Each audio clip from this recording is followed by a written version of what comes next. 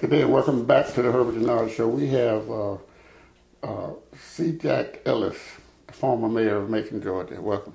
Thank you for having me, Herbert. Good to see you. Yes, tell us about consolidation. What's the advantages or disadvantages of consolidation? Well, I can talk. This bill that's up right now. I can talk about the disadvantages all day. I haven't seen too many advantages in this particular bill as it's currently written. First of all, let's talk about some of the disadvantages. I think the disadvantage of having the chief law enforcement official and elected official is a non-starter for me, and it ought to be a non-starter for all of us. The chief law enforcement official should report to the chief elected official and or the governing authority, mayor and council. Should be appointed by the mayor, confirmed by council, serve at the pleasure, if you will, of the mayor. And that's 99%.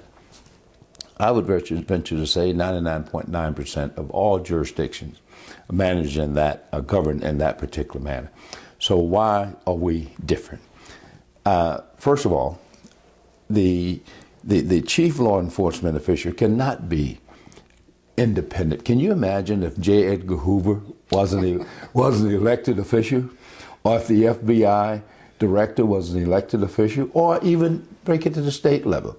The chairman of the state patrol, the public safety director, was an elected official, and the governor didn't have any say as to policies that's put in place to provide public safety. That should not, we shouldn't even consider that. It should not even be considered. So that's one reason. The other reason, I think there is a racial component to it, that this is a power grab in and of itself, as I see it. It's disguised as to be more efficient, but it's nothing more than a way to regain power. Now that African Americans in the city is approximately 65%, and in the county approximately 52%. What I think, in my opinion, this is my opinion, what I see on the horizon, I see that there are some people say that this is a way, by doing consolidation, is regain that power again and taking it out of the hands of African Americans. I feel it, and I think it to be true, because if it was so important in order to have efficiency, in order to have one government, we are constantly, I hear it all the time, we are saying that, excuse me, how efficient Houston County operate, how efficient Warner Robins, as that entire community down there throughout Houston County, how they are growing and how they are prospering. But they have 4 different governments in that county. You have Centerville, you have Perry, you have Warner Robins, and the Houston County government. 4 different governments. So if 4 different governments can ensure prosperity, I'm sure that 2 governments can ensure prosperity. So I think this should be defeated. I'm going to do everything in my power to defeat it and encourage other people to vote against it. It is not good. We don't even know what the tax base, what the tax rate will be going forward for people in the city or the county for that matter. We don't know. There are too many unanswered questions in this particular bill, and I think it should be defeated. The Republican legislators, they got together and drew this bill up, and they did it through reapportionment. Case in point, before we had 2 senators, a Democrat and Republican, and our delegation. So that meant that they would have to work together.